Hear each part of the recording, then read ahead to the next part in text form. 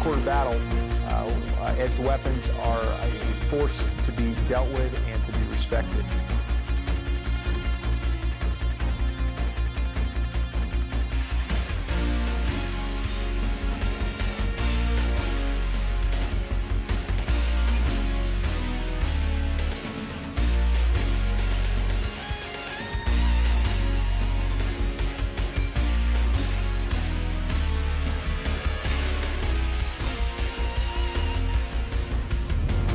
This isn't something I'm going to learn overnight.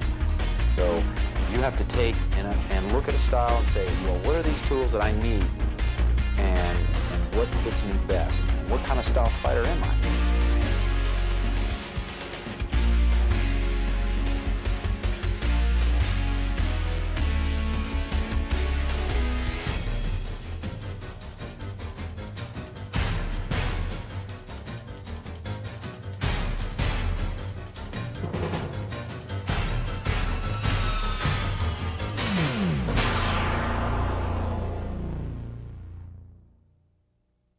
One of the things that is important to me is, this has come about after training a lot of different groups and SWAT teams, working with SEAL team, obviously, individual law enforcement officers, is that there's a general, there can be a general lack of awareness when it comes to edged weapons.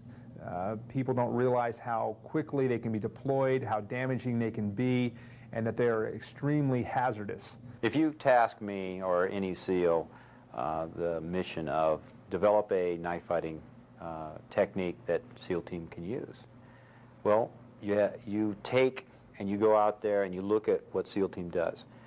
We get the best parachutes out there. We train our people to be some of the best in the world. That's our mission. That's our goal and our objective. If I'm going to train these guys to be the best in the world at jumping and diving and doing what their job, if you tell me go out there and get a knife fighting technique, well, then I'm going to go out there and find out some of the best techniques that are available in the world. Now, it's going to take some time, it's going to take some research, but that's what I'm going to do. In keeping with our basic principles and strategy, using an edged weapon is little different for us than using our empty hand. It's an edged weapon art. That's where all the empty hand techniques came from. So we're going to be concerned with ourselves to begin with, breath control, relaxation, skeletal alignment, the gaze, how we use our eyes. And that determines how we access our mind. We want subconscious mind, absolutely. Conscious mind cannot handle the variables or the rapidity of events that take place. So it's really important that we pay attention to ourselves. Most attacks are variations of these three: a thrust, a stab, a slash. Okay? Most attacks are going to be a variation of that. So this gives you an idea how we're accessing the principles, and it gives us some basic technical format where we can train. So what we do is we go out there and we find out what techniques work. Now, it's real important to say, well, yeah, that's a good technique. It looks good in the studio, but let's get it out there and let's get in a practical situation and let's use these techniques and start polishing them up, find out what techniques work. The SEAL individual at that point, he gets himself a basic technique, these basic techniques that he now can employ. Now, if he wants to advance himself further in these areas, then he's free to do that and get better as a knife fighter. Distance is extremely important. I'm not comfortable here. He can reach me too easily without any gross body movements. Back up a little bit. Okay. So I need to pay a great deal of attention to how far away from me he is. So it doesn't matter what the weapon, there's a distance for every weapon. The knife happens to be one, stick would be another. His pistol is another yet again. My timing is crucial. The Aiki aspect of this art means that we have to, in our calmness and in our accessing subconscious mind state through proper use of our eyes, start to become in harmony with the movement of the other person and their breathing.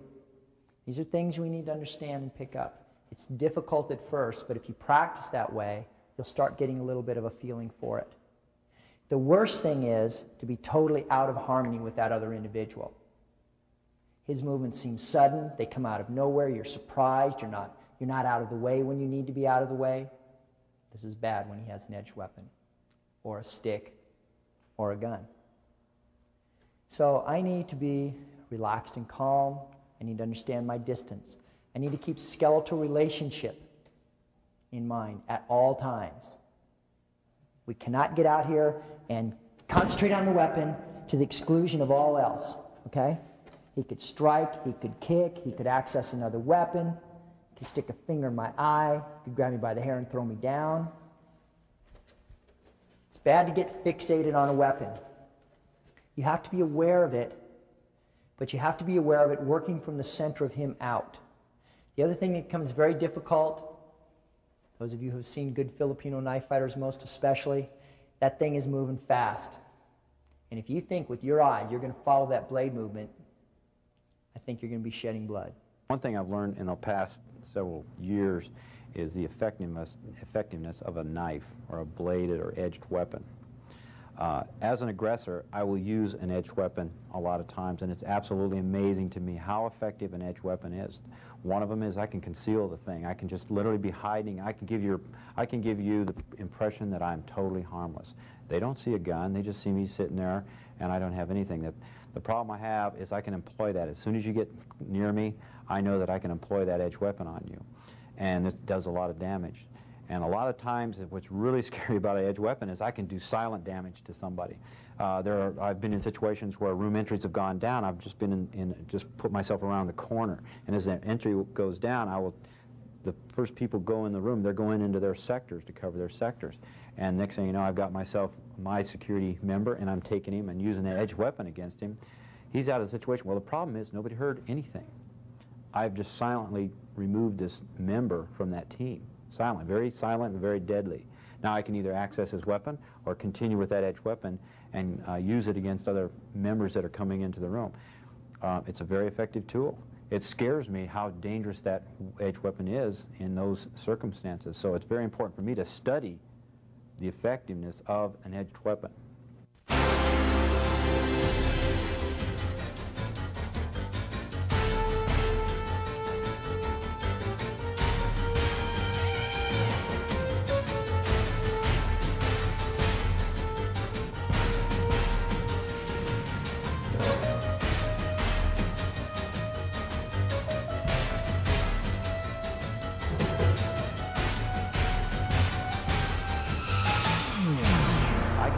Same edged weapon.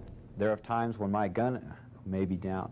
One thing that SEALs do is we have an E&E mission. Part of our mission profile is if we get compromised in an operation and I have to dump my gear and dump my weapon, or I'm literally running for my life. We've engaged the bad guys, they're all over the place, and we are literally running for our lives. And that's an E&E plan that we have on every mission that we have. And I may end up with just a knife, and I need to know how to employ that knife. I need to know how to use it in a situation where that's the weapon of choice. I may not want to make a big noise here. I may have to employ the edged weapon in a way that is tactically to my advantage at that point. And so I need to study this style. I understand who does it best out there, and then learn some basic techniques that are going to help me in my job. He has a weapon. He seems prepared to use it. I don't have a weapon. If I'm playing a game like this, and I'm showing a threatening aspect to him, he may be a little more cautious and a little more careful when he comes in. He may not give me a really committed main body cavity attack. I'm not going to get much of a chance at this. If he comes in whittling away at fingers and toes, this could get to be a real difficult situation for me. So I need to strategically give him something. Okay? You have to be willing to give to get here. So I need to strategically give him something. The easier he feels it is to get a main body cavity attack here, the better off he's going to be. The other thing that I really disagree with is sticking arms and hands out to try to deal with the knife. or feet at the knife. If he's properly trained, you've just given him exactly what he wants. He's going to start damaging the corners. He's going to start cutting you up from outside. You can't afford to do that. I need to keep my hands close to my body so that when he does make a committed attack, I have something I can use to counter it. I don't want to be a castle. That means that I'm not going to stand here, even with my hands back, and try to push that knife away from my body, okay, all by itself. One of the things I'm going to do, and we do a lot of displacement, is as he approaches and stabs here, I am going to move my body out of the way. Now, I have to be very careful how I do this. If I moved my body, wasn't out of the way. I have to be very careful how I do this. So we use displacement type of turns by moving from the center and realigning our skeleton in relation to his skeleton, and of course in relation to the attack. At this point, by releasing my knee, ankle, hip, I'm actually displacing out of the way here. Just got to cut in my gi top, no big deal. I also don't want to move away from the knife. I want to stay close to the knife. Once I get close to this knife, it's got to be a piece of me. I see some videos, kote gaeshi, people are out here, this reverse wrist lock, and they're holding it out away from them. Okay? And they're spinning around trying to throw someone doing this. This is bad. If he pops me with his other hand real hard, he can get that loose. Where's that knife? Okay. It's all over the place with power to do something. Once I get it close, by whatever means, this knife is part of me now, and his arm is part of me. And I cannot let this go again. Once I make that contact, once I'm close, it has to stay close. So in this particular scenario, not only am I going to remove my body from the attack, area of attack, but I'm also going to redirect. Many ways of redirecting. If he stabs straight here, I could reach down this way. Okay? That's called a cam. Cams him away. I'm not knocking him away. I'm reaching down. Remember the base of the triangle, legs of the triangle. As he's passing down here, he is already moving at an angle. His whole body is moving. The power is generated at an angle. Doesn't matter how much he wants to make it linear, it cannot be. People aren't put together that way. So as he does this, if I blend with that angle, I can redirect that. I can redirect that. This is just one particular way of redirecting. Once I've redirected it, I'm going to come close. I'm going to make him a piece of me, okay? Knock the wind out of him, cause other serious grief here, okay? Timing, of course, is essential here.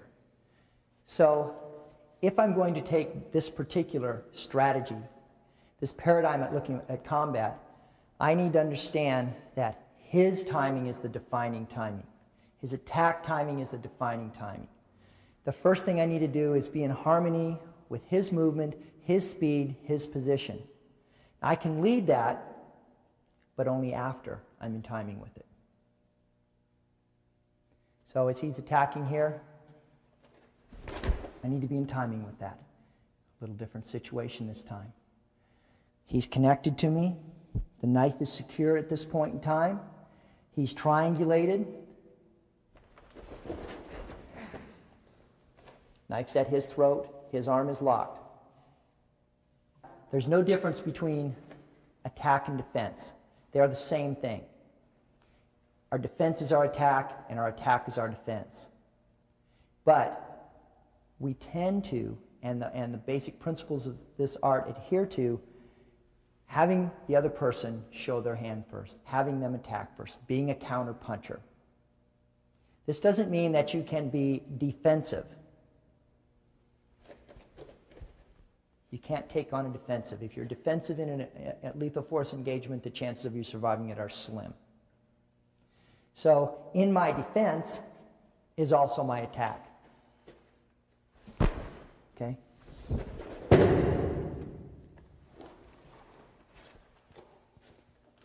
The defense of moving my body out of the way, slow motion please. Redirecting, making him a piece of me, That's my defense, but it's also my attack. They become the same thing. If I don't choose to throw him, if there's another situation here, I can use a knife against him. Okay? I can remove it from his grasp. I can place him down and cut his throat. So, in this beginning or introduction to knife defense, and also the use of the knife itself in defense, we'll basically handle 3 attacks. The first one we've just seen, straight thrust to the middle the body cavity or even the throat. The next one we'll deal with, Eric, please, knife, is the stab. Okay, overhand stabbing motion.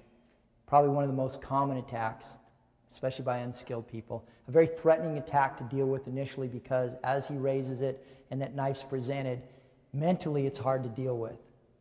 It's even more aggressive to you mentally. Being calm and having the ability to keep your mind calm under all of this is why you need to train. Calm mind, an aware mind, a sensitive mind. That's what allows you to deal with these types of attacks. If you rush in and start banging out of fear and grabbing and butting in, he's going to win this battle because he has a knife and it can rend you in a horrific manner in a short period of time. So, understanding that, his shoulders are the base of a triangle. Whatever he reaches towards me is the leg of a triangle. The point that he wants to make contact with on me is the apex of a triangle. I'm going to cam or redirect. He starts his downward stab. I reach up the leg of the triangle. Okay? This is a cam. This allows him to push himself away from me. And we do a lot of allowing the person. In the presence of physics, he will move himself if he creates that energy and if he's cammed away properly. In one of our training evolutions, we did a situation where we had a security team. I think it was either 8 or 10 personnel that was in the security team. They had taken Ken and I. We were basically the aggressors on this particular situation, and both of us were armed with just a knife. All the security members were armed with semi-automatic type training weapons.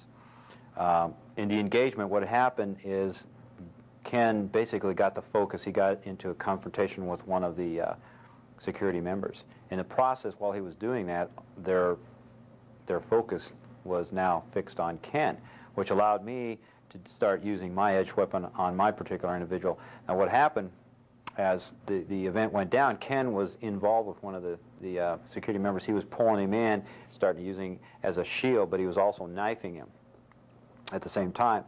When their focus switched to him, one of the cover men literally came in front of me. The next thing you know, I have his gun. I'm using edge weapon on him. Well, the problem was all their focus was still on Ken. Mine was very quietly doing, basically eliminating the security member that was with me. At that point, I still had this human shield. When I realized nobody was paying attention to me, I was able to take his weapon. And at that point, I was employing the weapon.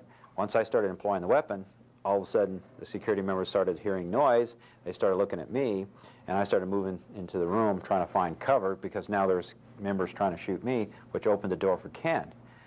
Ken slid down the room away from me. Everybody's focused on me. Next thing you know, Ken sliding down the other side of the room using his edge weapon, removing 2 or 3 of their members, which enabled him also to get a gun. At that point, the remaining members that were left alive, we just got them in crossfire. It was all over.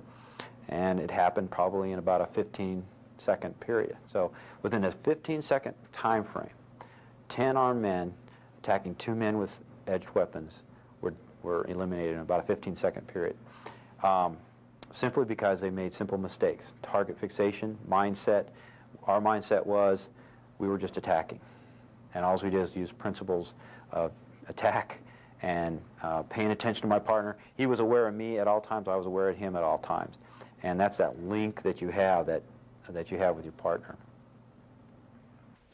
We're going to use a knife, blade out, run along the forearm, held primarily with the bottom 2 fingers, with the index finger on top. Let's always know where the cut is. and it's very effective. If I need to stab, I need to have some way of keeping this from sliding out.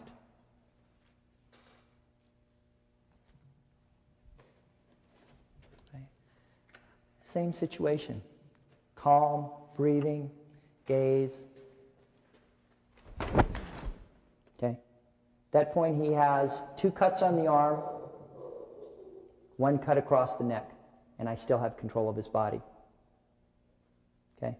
I may want to come back over here, regain more control of his center with another lethal cut. Obviously, this is for you guys, Naval Special Warfare primarily. Happens very quickly in slow motion. As he comes in, cut, cut, cut. Takes it all.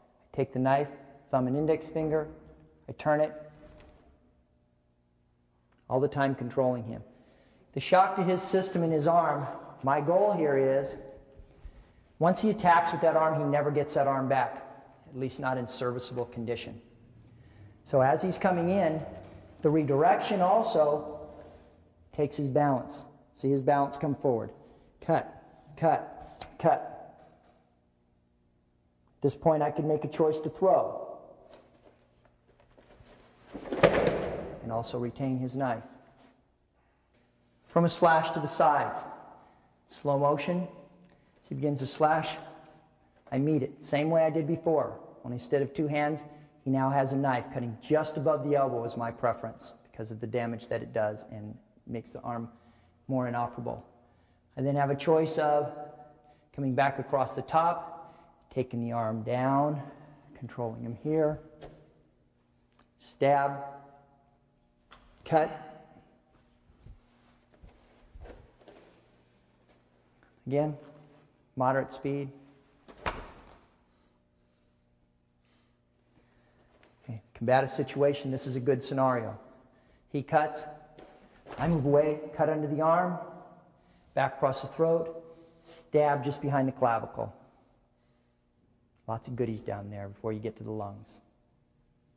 Nice step, displace, remove the weapon. Even if he's in the process of dying, I need to be careful of this. That knife could still be flailing around. And as he's falling, it's even more important to be careful because the femoral artery is a large one. Okay? Death throes can be violent. If it moves strong enough, he could cut me deeply, even if he's virtually dead in the process. From this overhand stab attack, I do exactly the same thing. I'm covering a little more, but let's do it in slow motion, right up the triangle. The process of him driving through is he cuts himself seriously on my knife in the process. Okay? We'll do this a little quicker with a little more. Okay. You have 2 cuts there, one on the back side of his arm, one on the near side of his throat. At this point, my arm's up, keeps the arteries from spraying in my face. If I want to take a less lethal approach to this situation,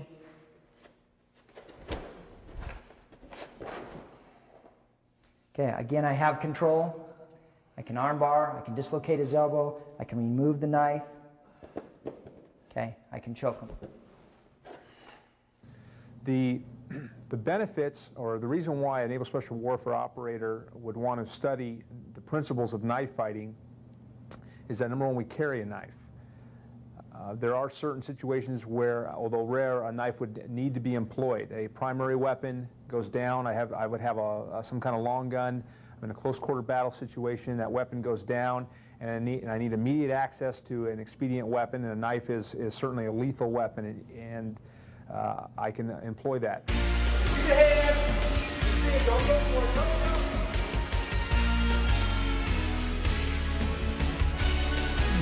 The other side of it is if I know the principles of knife fighting and I'm dealing with someone that is attacking me with a knife, I need to understand what his strategies are, what he's attempting to do, and basically what the threat level is at that point. In order to defend against a knife fighter, you first have to become a knife fighter. A lot of knife defense teach is I'll show you from a really straightforward attack, theoretically how to defend against it, such as with your knife, come with an overhead thrust. Some styles teach something like this or some variation on it. If that's how someone's going to attack you, you're in great shape to get that technique down. Someone comes with a slash from the outside, do something like that. If you don't miss, you're still in great shape. Well, if someone doesn't attack you like that, which is a pretty poor way to do it, you're in bad shape. So if I come with an overhead block, just do something. You've got one movement. If I come in a straight slash, and again, Barry's already had some training. Again, very traditional attacks, a fairly easy way to defend against it. If you can do that, there's real no challenge to that. The idea is you want to be able to counter to some degree when someone comes in with this sort of attack.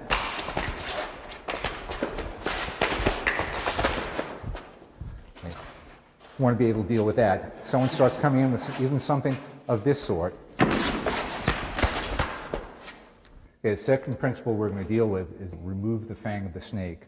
Very simply, what that means, he has a weapon of some sort. The actual weapon does not make a vast amount of difference. Once you identify the weapon, you identify the characteristics, you deal with the specific characteristics of that weapon, your techniques really aren't going to vary very much. So I know if he has an edged weapon, he's got a knife roughly 6 inches on the blade that defines the characteristics. One characteristic it defines is range. I'm in good shape out here, and I'm probably in real good shape in here.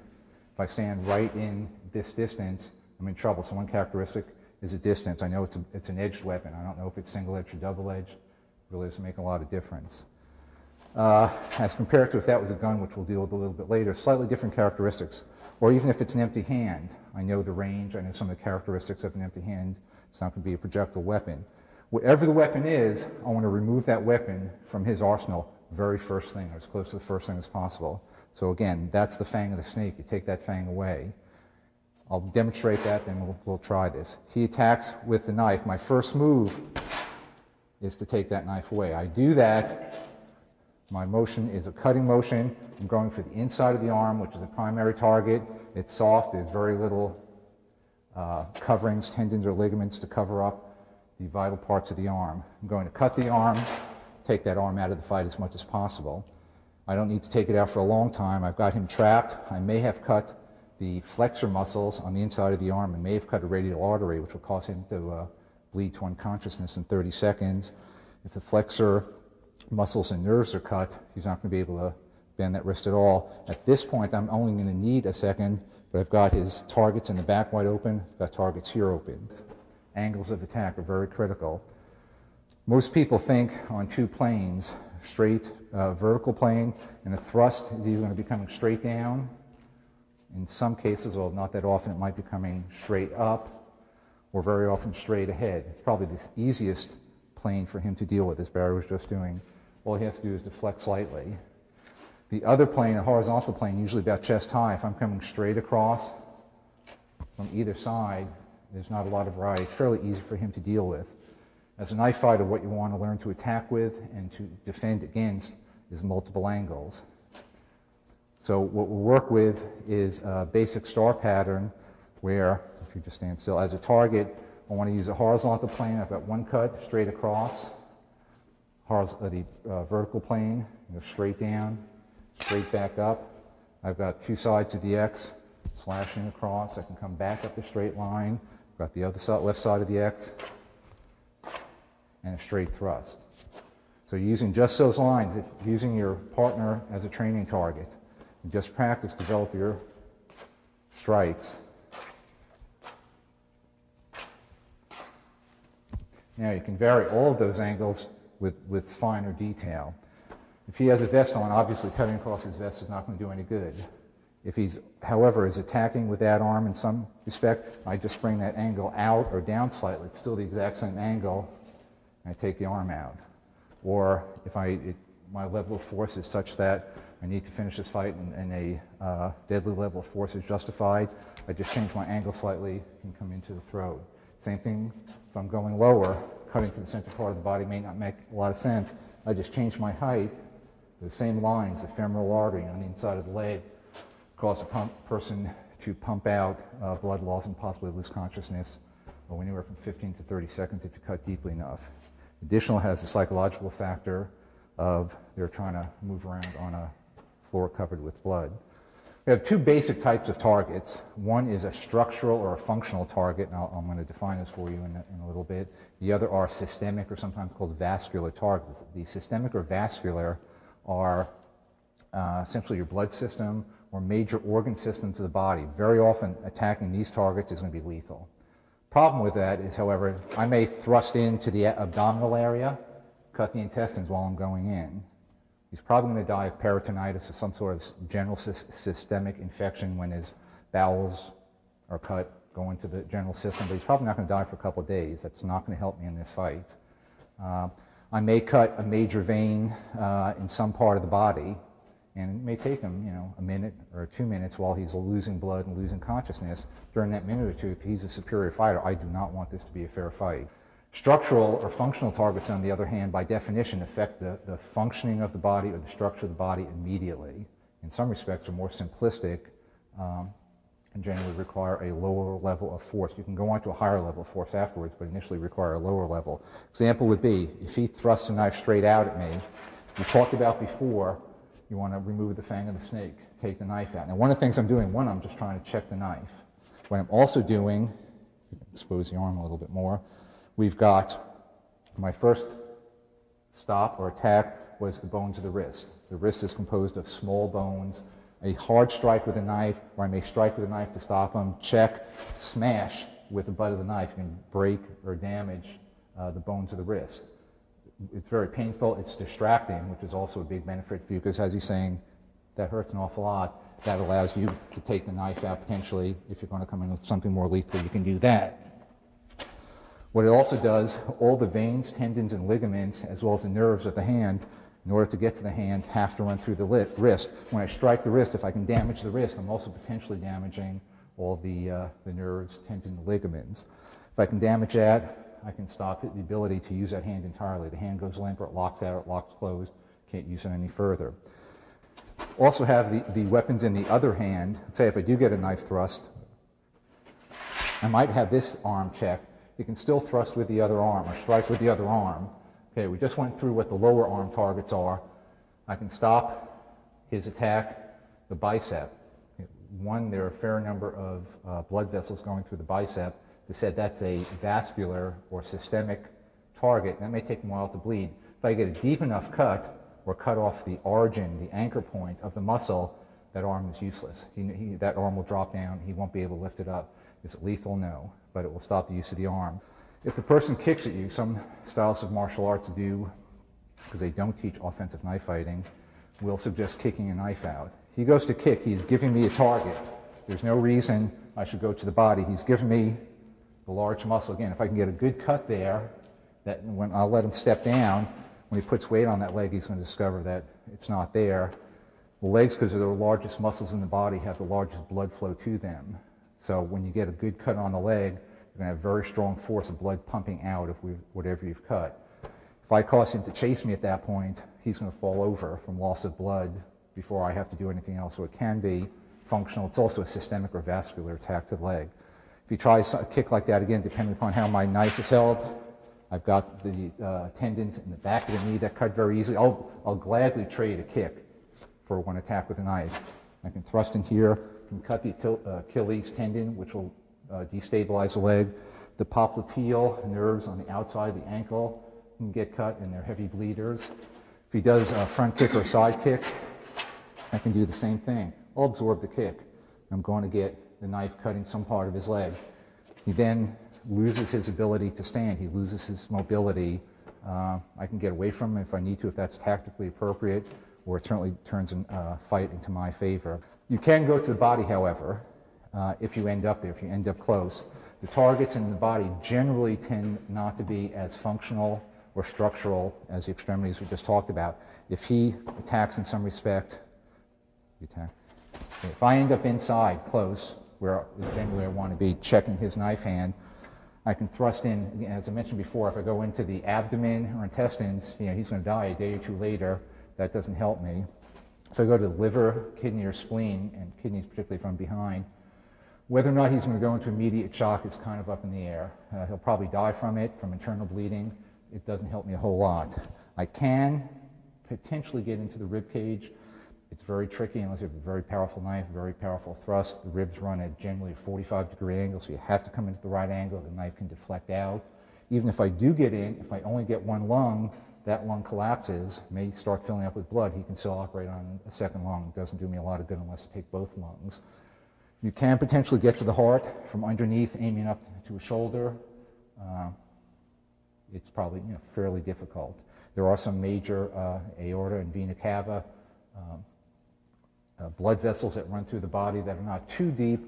Again, it can be somewhat difficult to get to. If you're there, it doesn't hurt to use that target. If you're here, thrusting in, using something else at that point would make sense. As I mentioned before, you want to flow with your attacks. You would never use one attack and stand there and say, well, is he going down? He's too close. He still has a knife in his hand. If I do end up with a systemic target here, we talked about the angles. We talked about going from a thrust to a slash. I want to get a couple other slash or techniques in until I know he's no longer a risk. The throat is probably the primary target to stop someone. It's both functional and systemic or vascular. Cut to the throat, he's got about 3 seconds before he's going to pump out, as the expression goes. He's going to drop from loss of blood and loss of oxygen to the brain, as well as when you cut carotid arteries, carotid veins, and the carotid nerves, it actually paralyzes the heart. And that's probably the highest level of force you're going to get to apply. If someone's wearing a vest, in most cases, that area is unprotected. Depending upon your tactical objective and what the situation calls for, NEXA is an ideal target. There are not many wounding attacks on the neck. One other target on the neck, again, if he attacks, if I end up inside, thrusting straight in, going for the thyroid area, it's very heavily vesseled with blood vessels. A cut there will tend to bleed someone out very, very quickly, and they'll pass out, again, in several seconds very often, or start losing it within several seconds just from blood loss. So it's functional from the point of view you'll stop them very quickly. Cutting the windpipe, as you see in the movies a lot, will not take someone out as quickly as the thyroid area and the carotid. Going to the skull is difficult with a knife, and again, you're talking about very high levels of lethality if that's operationally called for. You would get in the same way. If I'm inside, I probably wouldn't want to go straight to the head. He's going to pull it back. I'd probably want to hit some other targets, get his attention. If I was going to go into the head area, essentially what you have to do is get to the brain. Brain's the control center of everything. If you stop the brain, you stop the attack. The way to get to the brain, inside it, the mouth is open, inside the mouth and up, through the navel cavity, through the eye. That's pretty much it. Some people talk about going through the ear. You can't get through the ear very readily. They're not pleasant targets, and you're talking about your highest level of force. Very easy to miss. You hit a bone, you bounce off. Probably not targets you want to go for.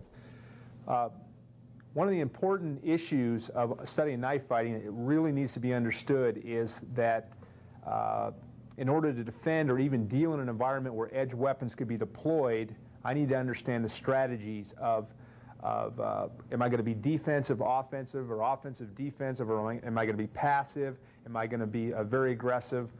These kinds of things I need to make decisions on. I need to understand what's happening with these things. There's a lot of different techniques, a lot of different applications, and because I'm in a high-threat environment, I need to understand that. It's critical that you be able to defend yourself with other weapons against a knife. You may not always have a knife your primary, your secondary weapon may be down, or you may have to use your primary weapon if it's a long gun without being able to fire it for some reason. And we talked about distance. It's of critical importance. Same concept. He has to get to my body if he's trying to attack. I now have a longer weapon, whether you have a straight baton, your rifle that's no longer functional, a PR-24, anything of that sort. You want to use the effective distance. Now, this is not a real good trade-off. I can reach his body, but he can probably reach my body. Same concept of target selection, defining the characteristics of my weapon. This is a longer weapon than a knife, so I have a little more distance. So if he attacks me, I want to stay out of his range. Same thing. I don't want to go in here. Bad trade-off. So as he would attack me, I'd smash his hand as a start, picking up a target. I might smash on this side, as we talked about, the various small bones in the hand and knuckles. I can smash just on the forearm to shock it. Then I might close the distance. And at this point, I can use the butt of the stick. Same concepts we talked about with the knife. I can be striking here and still be thrusting with the stick I can go into any number of takedowns or throws with the sticks, or disarms. I can take the knife away from him, then use the knife on him. What I wanted to be able to do, again, is use the effective distance of the stick. I can also stay outside that distance. Instead of closing in, I might just stay out here and just continue to beat on that arm until that's out of the question, or out of the picture, and it'll probably be out of the picture after the second or third strike. After I take this out, smash, smash. At this point, I can start going to the head, take out the legs, do whatever I need to. Okay, the environments that a knife fighting or a knife fighting technique or knife fighting might be employed are obviously a close quarter battle situation. Primary weapon goes down, I need to access a secondary weapon. Another environment would be some kind of sentry stalk, sentry neutralization situation. I would need a knife. Unexpected situation. I might be, as a SEAL team typically operates in close proximity to the enemy. They go deep into enemy territory, and I might need to deploy my knife at a moment's notice in that environment. You can use any sort of improvised weapon. Some of you may have collapsible PR-24s, collapsible batons. Even if you just have a short stick, same concept can hold true. If he strikes, I can smash the hand, take the hand out of the picture, then move in with the butt strike. Same thing, even if I can expand this weapon, as he attacks, I can strike here, then bring the baton out, smash, smash, smash, lock, and whatever else I want to do using the baton. Again, I can use non-lethal force, can go into various chokes, throws, or if I need to use more force, I can do that. The mindset that is important for any kind of engagement, whether it be knife fighting or otherwise, but we'll talk about knife fighting, is that number one, I need to have a calm awareness of what I'm doing. I need to understand the principles I'm dealing with. I need to fully understand them, work with them, train on a constant basis, and I need to practice and work out in a realistic environment. So the mindset is going to, again, it's going to take a commitment to learn the skill. It's not a skill that's learned overnight. You can't just pick up an edged weapon and become proficient with it. It takes time, it takes a methodical approach, and it takes dedication to learn how to do that. The last type of defense against a knife, and the one that you want to avoid at all costs, if at all possible, because it gives you the least chance of survival or winning, is empty hand against a knife. If you're in a situation you have absolutely no choice, then you have to make the best of it that you can. Use the exact same principles that we've gone over with the knife against knife, stick against knife, whatever it's been. We've talked about distancing, we've talked about timing, we've talked about angles of attack, talked about the different targets. We've talked about when you make contact with that hand, the knife hand, you want to maintain contact. Where target becomes very important, not just in what you're striking, it's critical in terms of the target that you protect, you're going to get cut. If you're in a knife fight, the chances are you're going to get cut regardless. You go empty hand against a knife, you're almost definitely going to get cut. And you need to prepare for that mentally so you don't go into mental shock when you first see blood splurting. The idea is not to get cut, the idea is to survive. I'm going to have to give him a target when he comes in. What you see sometimes, he goes to my midsection, people jump back like this, and I may be moving this target, but I'm giving him a little bit higher, I'm giving him my chest. I have to give him something less than that. We talked about the backside of the arms, or the parts of the body probably the least vulnerable. Arms, we talked about on the inside, there are a lot of structural and functional targets that you want to protect, as well as vascular and systemic targets. Back of the hand, if you're going to take a cut, is where you want to take your cut. Another advantage the back of the arms give you, if he's coming to my midsection, if I have to give him something, by definition, when I bring this arm in, my arm is also protecting the central part of my body. As I said, that might not be lethal right away, but it'll probably be lethal in the long run. So by using the backs of my arms to deflect rather than grabbing, I give him the least vulnerable target. SEAL team is an environment of constant change. Combative concepts. Our training cadre is in a state of constant change. We're willing to look at all different types of systems and evaluate them, break them down to their components, and look at them and weigh them up against the mission. And we get our ideas and principles from all different competent individuals, people that have studied in the field in the Filipino martial arts and the Japanese martial arts, jiu-jitsu systems.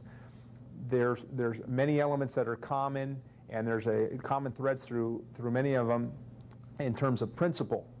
Specific techniques may apply in different situations, so we essentially beg, borrow, and steal and integrate them into a package. If I try and grab or push his hand away, we had talked about, from his point of view, that's an ideal target. If he cuts the hand itself, I can't close that hand. I may use complete loss of that hand. If I don't lose complete use of it, it becomes bloodied. I can't grip onto anything. If he cuts the fingers, the tendons in the fingers, I lose the use of the hand. So it's not a good thing to try and grab the knife. I'll try and use, again, the back of my arm, and I'll try and deflect. I'm trying to sidestep either to the outside and starting to close the distance in. Again, this is his best zone for the knife. I'm going to get to the outside. I need to close in the distance. At this point, if I'm in a position I feel comfortable locking, I can do any sort of locks. I can bring the knife back to him. I can use his own knife on him if need be. At the very least, if I get inside here, I don't want to lose contact with the knife. I don't necessarily have to get a lock on it. Even if I'm just here, if I strike somehow to distract him, I may drop on his leg, strike back to the head, take him into some sort of throw, then take the knife back. I don't want to lose contact. What happens if you do lose contact, I come in with his first attack. Here, I let him pull the knife away. Even though I don't get cut, he's going to get me the second time. So from that initial contact, I don't want to lose it. He goes to pull back here, I stick with him. I jam him up. At this point, again, I can be striking, be dropping down on his leg, somehow distracting him with elbows, other sorts of strikes. Then I can cut the way I want, lock him up if need be, restrain him, whatever is necessary.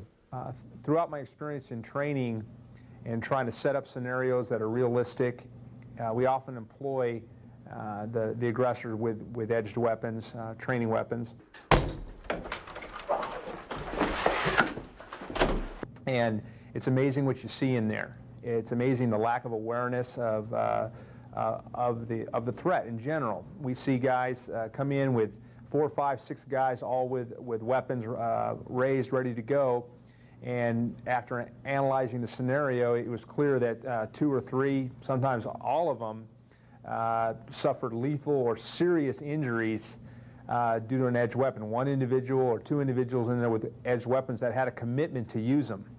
One last piece about defending empty hand. When you deflect, and I can't go the other way, 3 strikes, even if I end up reaching across, still using the back of my hand, I may not be able to always go after that knife arm. I want to distract him. So maintaining contact, I may come in and strike. He still has a knife. This is just going to be for a split second, whatever my strikes are.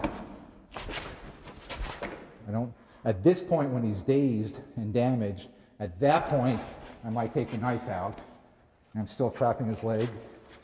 I may want to use a knife at that point. Continually want to be striking and attacking. Knives are basically used for 3 things in combat with other human beings: stabbing, slashing, chopping. Some knives are designed to primarily chop. Some knives are designed to primarily stab. Most knives have at least a stabbing, slashing capability of some sort. And the design of the blade determines the qualities that knife will have and to what degree they'll have it. All knives are compromised of some sort or another. No knife can cover every base 100%. This is an antique Japanese design, about 9 inches long. Japanese differentially tempered their blades. So the edge is very hard, and you can probably see here a firing line that differentiates the very hard martensite edge from the pearlite body of the blade. Truzite and sorbite crystals make this cloudy formation right here. This particular blade has a relief on the spine of the blade, on the mune, and that allows a couple of things. It allows the blade to penetrate easier. There's not so much metal to move through. It also allows for the blade to slash a little better because, again, there's less metal here to be drugged through the flesh. And you'll find that many knives have, ancient knives especially, people that lived and died by their use on a daily basis, you'll find many of these features.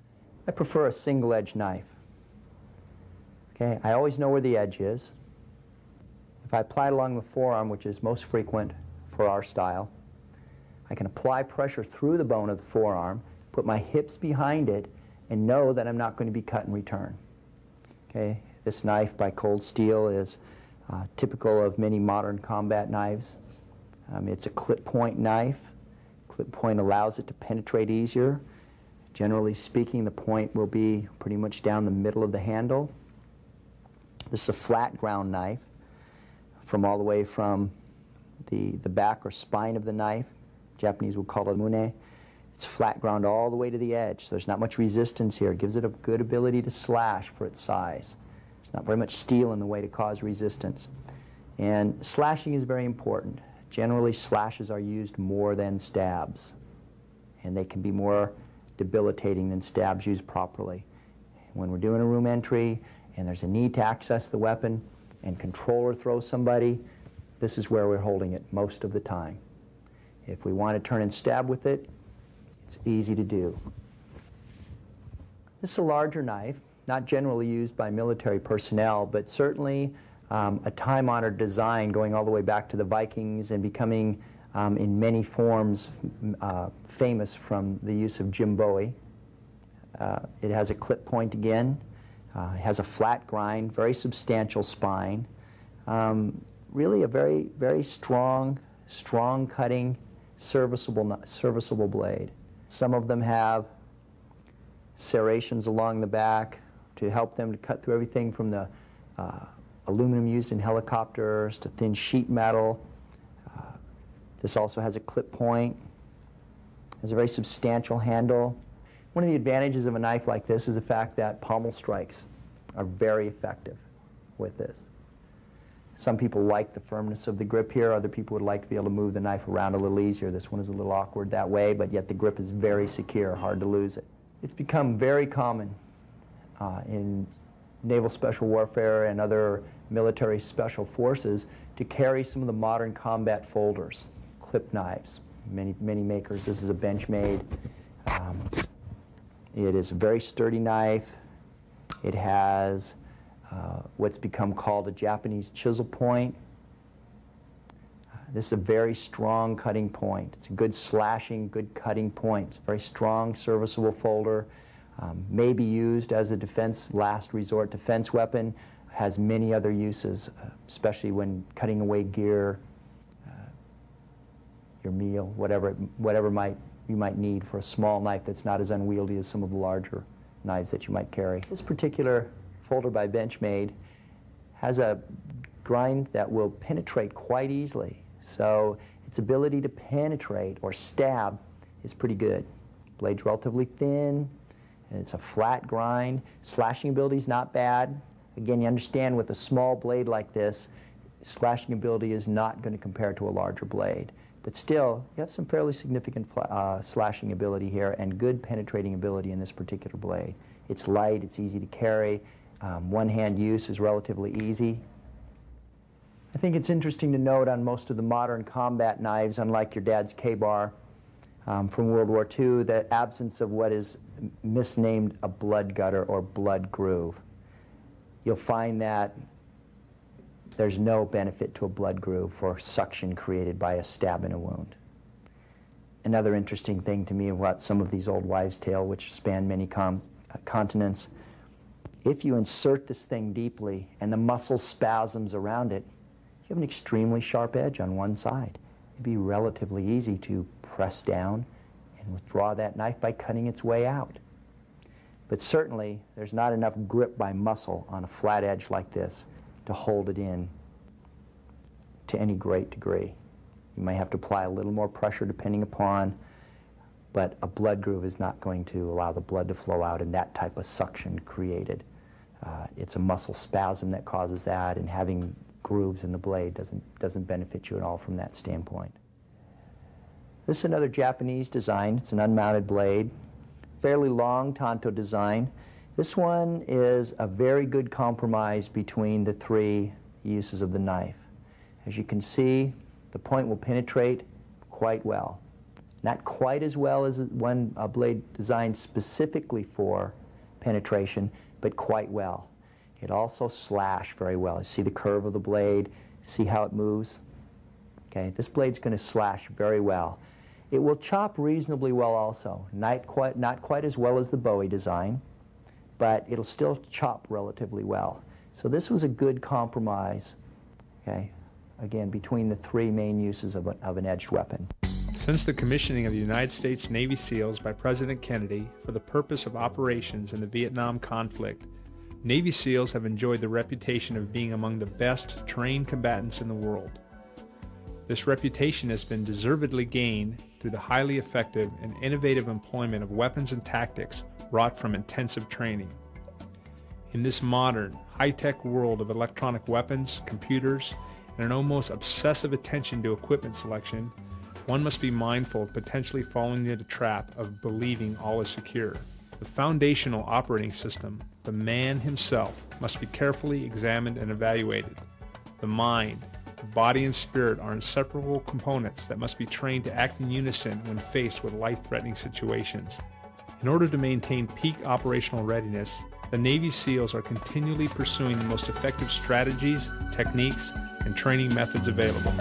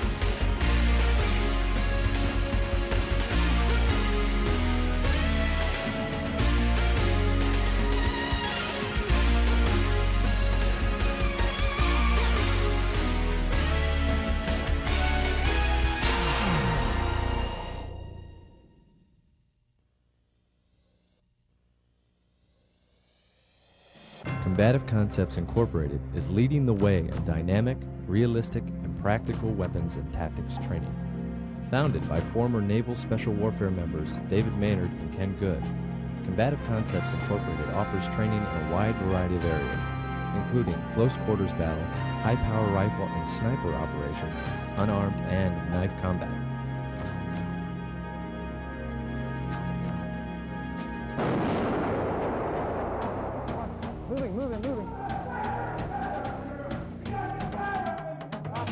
Combative Concepts offers varying levels of firearms and tactical training for military, law enforcement, and security groups, as well as authorized civilian individuals. The mindset for this course and this type of training is that you want to provide a platform or a medium for force-on-force training. Now the problem is you come into my house, threaten my daughter, or my son, or my wife, I'm not going to be in a real friendly mind. I'm going to hunt you down and blow you away, period. If you are interested in training with Combative Concepts, contact the enrollment coordinator at 1-800-836-9848.